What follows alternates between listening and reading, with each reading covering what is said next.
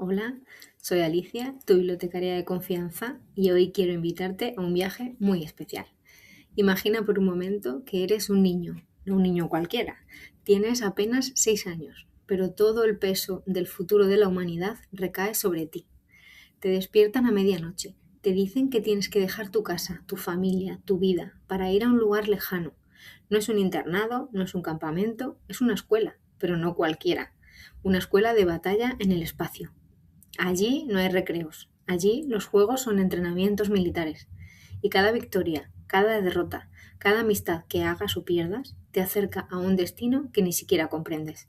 Hoy vamos a hablar de un libro que no solo cuenta una historia de ciencia ficción, sino que también pone el dedo en una de las preguntas más incómodas que podemos hacernos como sociedad. ¿Qué estamos dispuestos a exigir a nuestros niños para garantizar nuestro futuro? Ese libro es El juego de Ender, escrito por Orson Scott Card, un clásico de la literatura que lleva casi 40 años haciéndonos pensar, emocionándonos y haciéndonos debatir. En este episodio te contaré la vida del autor, sus luces y sombras, veremos qué ocurría en el mundo cuando se publicó esta historia y por qué encajó tan bien en su momento. Analizaremos cómo fue recibida, qué impacto tuvo y cómo ha cambiado su lectura con los años. Nos adentraremos en la trama y sus personajes. Después hablaremos de los temas centrales, la infancia, la guerra, la empatía y la manipulación del poder. Tendremos tiempo para escuchar algunas de sus frases más míticas, para reflexionar sobre ellas y para compartir mi opinión como bibliotecaria, a quien se lo recomiendo y a quien no, y porque creo que sigue siendo un libro imprescindible. Así que busca un lugar cómodo, sirve una taza de café, té, matcha, lo que quieras, acompáñame. Y hoy no solo vamos a leer un libro, vamos a abrir una conversación sobre la infancia, la guerra y lo que significa comprender al otro. Para entender el juego de Ender, tenemos que empezar por quién lo escribió. Orson Scott Card. Nació en 1951 en Richland, Washington, pero creció en California y en Utah en una familia profundamente religiosa. Era miembro de la Iglesia de Jesucristo de los Santos de los Últimos Días, más conocida como la Iglesia Mormona.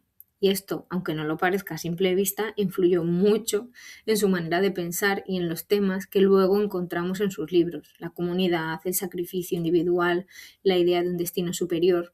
Cuando era niño, su familia se mudaba con frecuencia. Eso lo convirtió en alguien acostumbrado a empezar de cero, a observar, a integrarse como podía en nuevos entornos.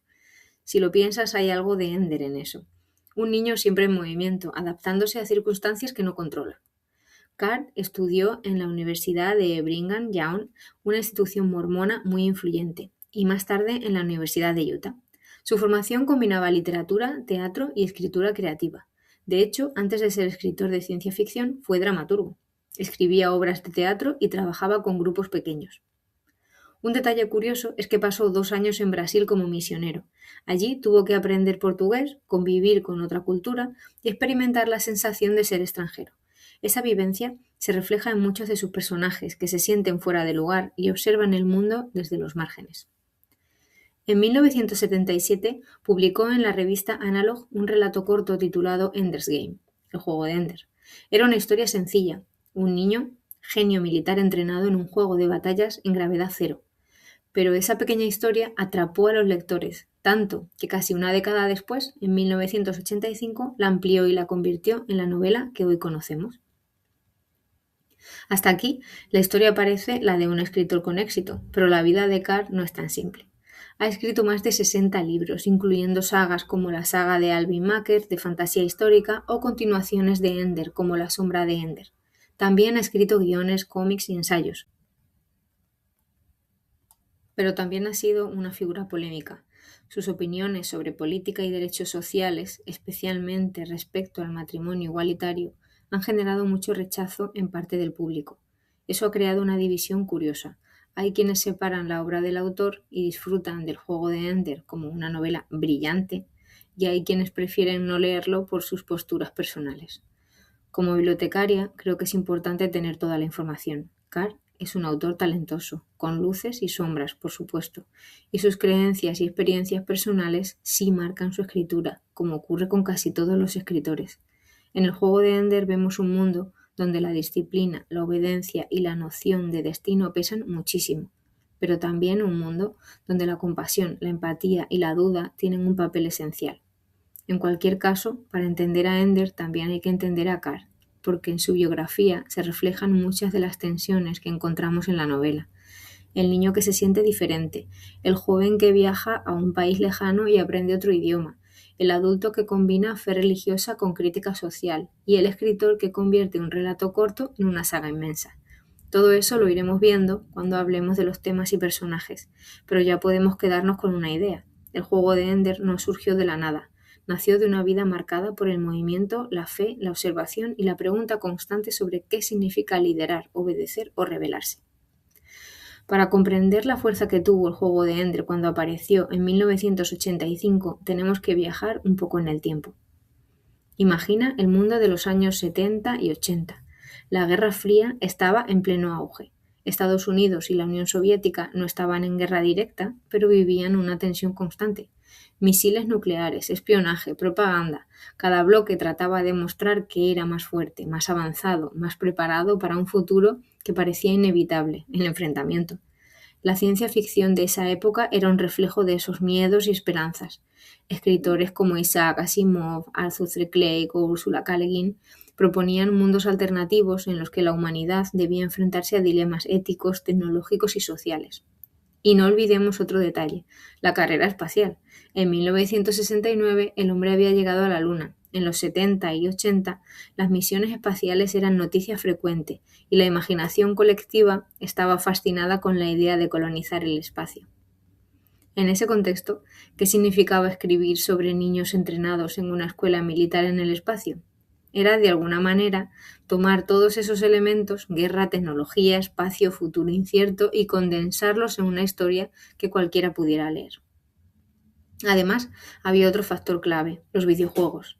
A principios de los 80, consolas como las de Atari y luego las de Nintendo empezaron a llegar a las casas. Los niños y adolescentes pasaban horas frente a las pantallas jugando a guerras, batallas espaciales y simulaciones. ¿Te das cuenta? Lo que era para la sociedad era un entretenimiento.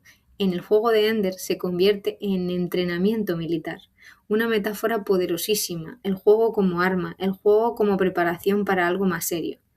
También es importante recordar la situación política de Estados Unidos en esa época.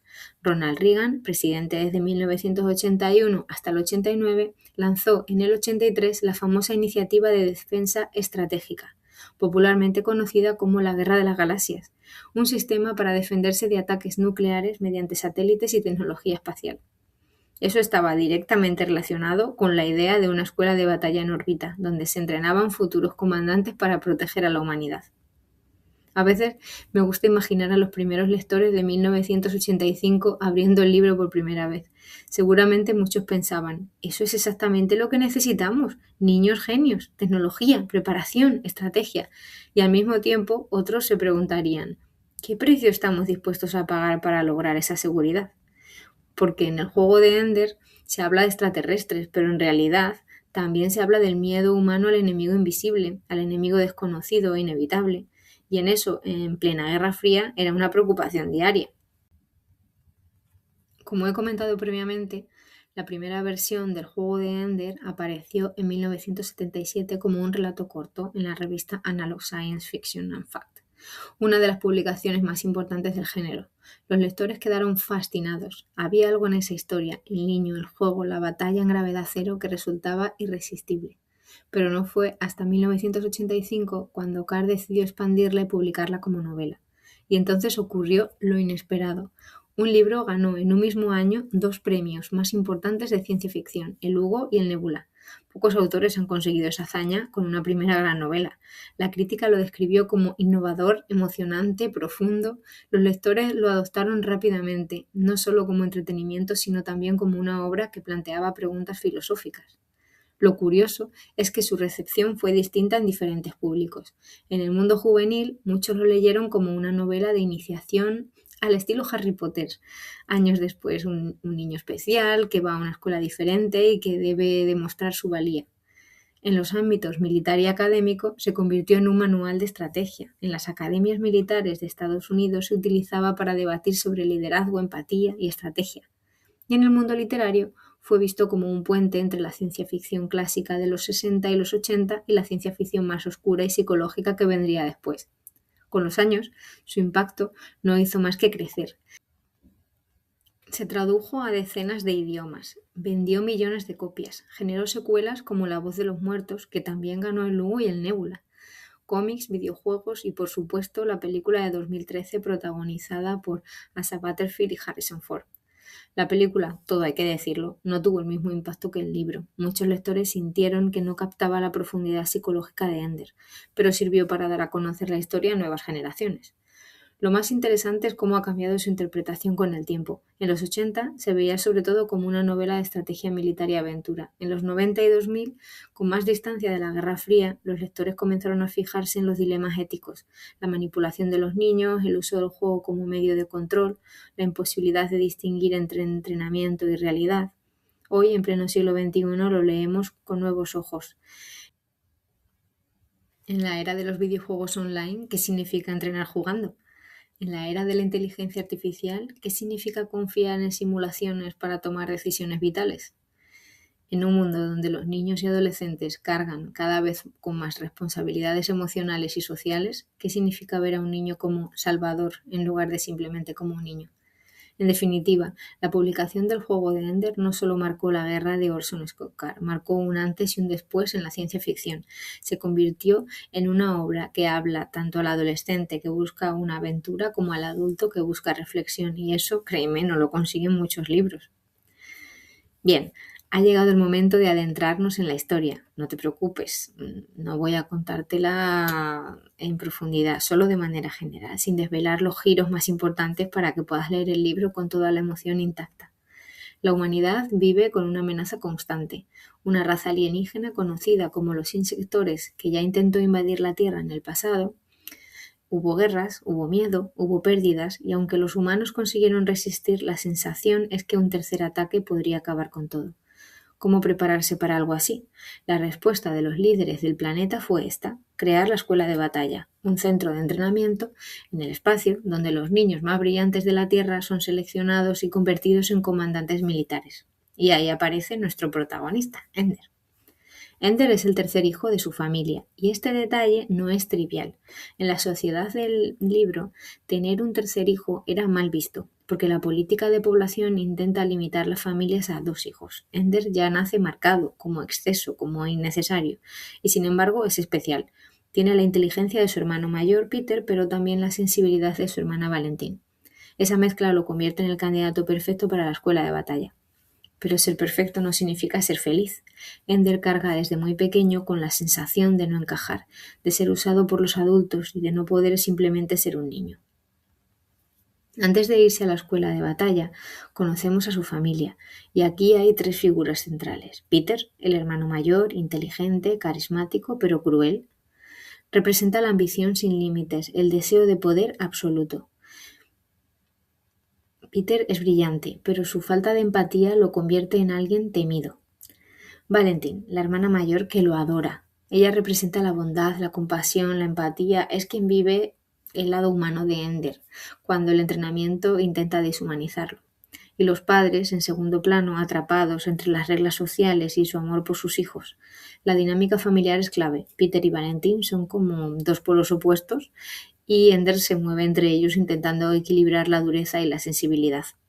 Aquí Card nos muestra que Ender no es un genio aislado, sino el producto de un entorno familiar complejo. Y quizá tú también lo hayas sentido. La familia como el lugar donde aprendemos a ser fuertes, pero también donde recibimos nuestras primeras heridas. Una vez seleccionado, Ender es llevado al espacio. Y aquí comienza uno de los escenarios más fascinantes de la ciencia ficción, la escuela de batalla.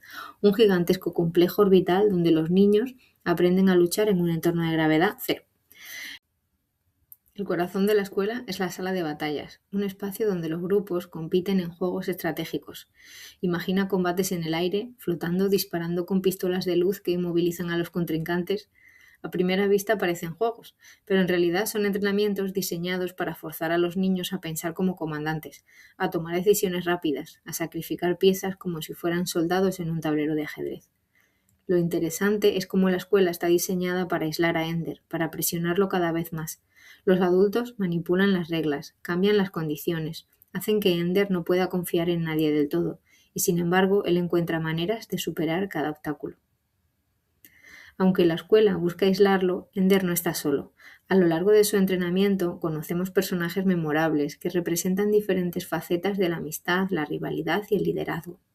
Alai, uno de sus primeros amigos, representa la confianza, lealtad, la complicidad que surge cuando dos personas se entienden sin necesidad de palabras. Vin, un niño más pequeño que Ender pero extremadamente inteligente. Con él, Ender aprende que el liderazgo también implica saber cuándo dejar que otros brillen.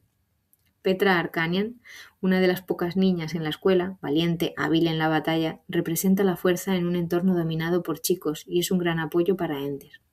Y por último, Bonzo Madrid, un comandante rival, orgulloso, inflexible. Encaja en el papel de antagonista en la escuela. Su relación con Ender muestra lo difícil que es destacar sin despertar envidias ni odios de los demás. Cada uno de estos personajes desempeña un papel en la formación de Ender. Algunos lo apoyan, otros lo retan, otros lo odian, y de cada interacción Ender aprende algo, a liderar, a negociar, a defenderse, a sobrevivir. Aquí la novela es casi un espejo de la infancia real. Todos pasamos por entornos en los que debemos aprender a movernos entre amigos, rivales y autoridades. La diferencia es que en la escuela de Ender cada pequeño conflicto podía significar la diferencia entre salvar o perder a la humanidad. En la superficie, la escuela parece un lugar de juego para niños, pero en el trasfondo, los adultos son quienes mueven los hilos. Figuras como el coronel Graf, que supervisa el entrenamiento, demuestran que los niños no son libres, son piezas de un tablero más grande. Los adultos manipulan, observan y calculan. Y aquí surge una de las tensiones más potentes de la novela. Ender piensa que está jugando, que está entrenando, pero en realidad está siendo moldeado para algo mucho mayor. Esto nos obliga a pensar hasta qué punto somos libres en nuestras decisiones cuando las reglas del juego ya están diseñadas por otros. Uno de los temas más fuertes de esta parte del libro es la soledad. Aunque Ender hace amigos, siempre se siente aislado. Siempre hay algo que lo diferencia de los demás. Hay una prueba más difícil, un obstáculo que lo separa de los demás niños. Esa soledad no es casual, es parte del entrenamiento. Los adultos creen que un líder no puede depender demasiado de los demás, pero esa soledad también hiere. Ender carga con un peso emocional que ningún niño debería llevar. Y quizás aquí es donde muchos lectores se identifican más con él, no porque seamos comandantes de flotas espaciales, sino porque todos hemos sentido alguna vez que cargábamos con algo solos, sin poder explicarlo a nadie. Los juegos en la escuela de batalla son mucho más que entrenamientos. Son un espejo de la vida real. Aprender a trabajar en equipo, entender que a veces hay que sacrificar para ganar, o descubrir que las reglas pueden cambiar en cualquier momento. Y también son una metáfora de cómo los adultos usan a los niños. Lo que para ellos es un juego, para los adultos es una prueba seria. Y esa diferencia de perspectiva es clave en la historia. No voy a entrar en los grandes giros de la trama para no arruinar la lectura, pero sí quiero mencionarte algo importante. La historia de Ender no se queda en la escuela de batalla. Hay un después, y ese después es aún más complejo y más desafiante. La relación con sus hermanos, Peter y Valentín, evoluciona. Su papel en la humanidad se redefine, y Ender enfrenta un descubrimiento que cambia por completo la manera de entender la guerra y al enemigo. En definitiva, la historia del juego de Ender es emocionante, sí, llena de batallas y juegos, estrategia, pero también es fundamentalmente humana, porque cada personaje, cada relación, cada prueba nos habla de lo que significa crecer, liderar y confiar e incluso dudar. Cuando terminas el libro, no solo recuerdas las batallas en gravedad cero, recuerdas esa sensación de haber acompañado a un niño en un viaje de maduración, demasiado duro, demasiado temprano, y quizá te ves reflejado en algún rincón de su historia. Hemos recorrido ya gran parte del camino. Conocemos al autor, el contexto en el que escribió, el impacto que tuvo el libro y hemos viajado con Ender por la escuela de batalla. Pero el juego de Ender no es solo una historia de ciencia ficción, es sobre todo un libro de ideas, de temas que nos tocan de cerca y aunque estén envueltos en combates espaciales y juegos futuristas, quiero detenerme contigo en algunos de los más importantes. Quizá el tema más evidente, ¿qué pasa cuando la infancia se convierte en entrenamiento para la guerra? Ender y sus compañeros son niños que deberían estar jugando, aprendiendo matemáticas, leyendo cuentos, pero la sociedad los arranca de sus familias y los convierte en soldados. Esto nos lleva a reflexionar sobre algo que no es solo ficción. En el mundo real todavía hoy hay niños, soldados en algunos países, obligados a participar en conflictos armados. El libro, aunque fantástico, nos obliga a mirar esa realidad.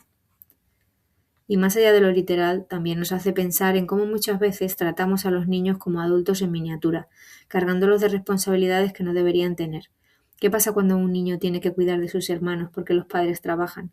¿Qué pasa cuando la sociedad espera que con 12 años ya pienses en tu futuro laboral? Uno de los aspectos más fascinantes de Ender es su capacidad para comprender al otro. Él no gana las batallas solo porque sea inteligente, sino porque entiende cómo piensa su enemigo. Y aquí surge la paradoja central del libro. Para derrotar a alguien tienes que comprenderlo, pero al comprenderlo, inevitablemente lo humanizas, lo reconoces como alguien con sus propios miedos y razones. Esto convierte cada victoria de Ender en un dilema moral. ¿Cómo puedes destruir a quien en el fondo entiendes y hasta aprecias? A lo largo del libro vemos cómo los adultos manipulan constantemente a los niños, cambian las reglas de los juegos, los enfrentan entre sí, los aíslan, todo con un objetivo mayor, prepararlos para salvar la humanidad. Esto plantea preguntas incómodas. ¿El fin justifica los medios? ¿Podemos manipular a alguien por su bien o por el bien común? ¿Hasta qué punto somos responsables de las decisiones que tomamos cuando otros han diseñado el tablero? Si lo llevamos a la vida cotidiana, no ocurre algo parecido en la sociedad. Nos dicen que estudiar, cómo trabajar, qué metas perseguir, nos hacen creer que estamos eligiendo libremente, pero muchas veces las reglas ya están establecidas antes de que podamos cuestionarlas. ¿Qué decisiones de tu vida sentiste como realmente tuyas y cuáles fueron moldeadas por el entorno? Ender es un líder nato, pero no porque quisiera serlo, sino porque los demás lo siguen, y eso lo convierte en alguien que debe tomar decisiones constantemente. La novela nos muestra que el liderazgo no es un privilegio, sino una carga, que mandar significa decidir a quién salvar y a quién sacrificar, y que no hay decisiones limpias, todas dejan una herida. Eso es lo que hace que Ender sea tan humano. No es un líder arrogante, es un líder herido por el peso de sus decisiones. Un tema profundo que atraviesa la historia es la pregunta: ¿se puede romper el ciclo de la violencia? Ender, Peter, los insectores, todos están atrapados en un sistema en el que cada acción violenta parece justificar otra violencia, y la humanidad, en su miedo, solo ve como salida atacar antes de ser atacada. La novela nos invita a cuestionarnos si la violencia es inevitable o si hay otra manera de relacionarnos con el enemigo. Uno de los placeres de releer un libro es encontrarse con frases que quedan grabadas, que parecen tener vida propia más allá de la historia. En el juego de Ender hay varias. Yo he elegido dos que para mí condensan su esencia. La primera es: en el momento en que comprendo verdaderamente a mi enemigo, en el momento en que lo entiendo lo bastante bien como para derrotarlo, entonces también lo quiero. Es brutal, ¿eh? En pocas palabras, Ender expresa la paradoja de la empatía. Comprender al enemigo también significa humanizarlo, y al hacerlo se rompe la frontera entre nosotros y ellos. Y una frase más: la humanidad no ha sobrevivido siendo suave, sino siendo dura. Es una frase que refleja el trasfondo de la novela, la dureza como requisito de supervivencia, pero también nos hace cuestionarnos: ¿de verdad necesitamos ser siempre duros? Yo creo que la dureza puede salvarte en un momento concreto, pero la ternura es lo que nos hace querer seguir vivos.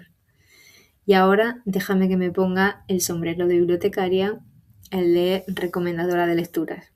Creo que El juego de Ender es un libro que hay que leer al menos una vez en la vida.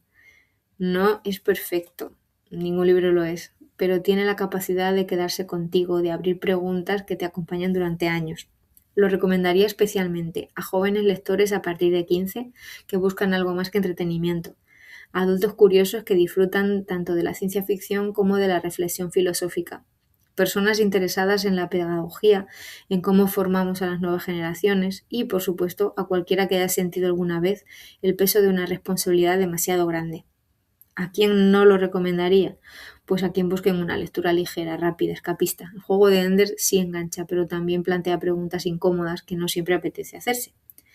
Pero si me preguntas a mí, Alicia, tu bibliotecaria de confianza, yo te diría: dale una oportunidad, porque más allá de la ciencia ficción, lo que encontrarás es un espejo, y a veces lo que más necesitamos no es una evasión, sino un reflejo.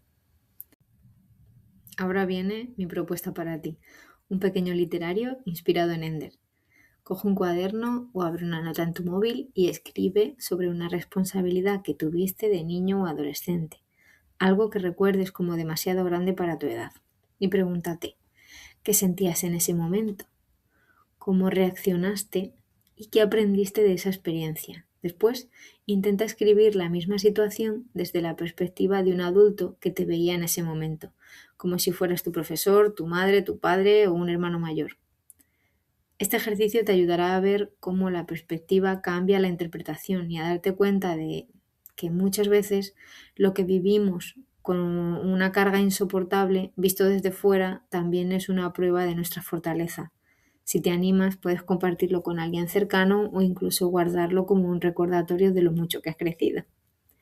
Y así llegamos al final de este episodio de 1000 libros y una bibliotecaria. Hoy hemos recorrido la vida de Orson Scott Card, el contexto de la Guerra Fría, la publicación y el impacto de su libro, El juego de Ender, la historia, los personajes y los grandes temas que lo atraviesan, sus frases más potentes, mi opinión como bibliotecaria y un pequeño reto literario para ti. Espero que este episodio te haya acompañado como una buena charla en la biblioteca, que te haya dejado ganas de leer o releer El juego de Ender y sobre todo que te haya dado preguntas para seguir pensando. En el próximo episodio viajaremos a otro gran clásico que, como este, tiene mucho que decir sobre nuestro presente, El Señor de las Moscas. Un libro muy cortito que te hará pensar más de lo que crees. Soy Alicia, tu bibliotecaria de confianza. Gracias por acompañarme una vez más en este viaje literario y nos vemos, o mejor dicho, nos escuchamos en tu próxima lectura.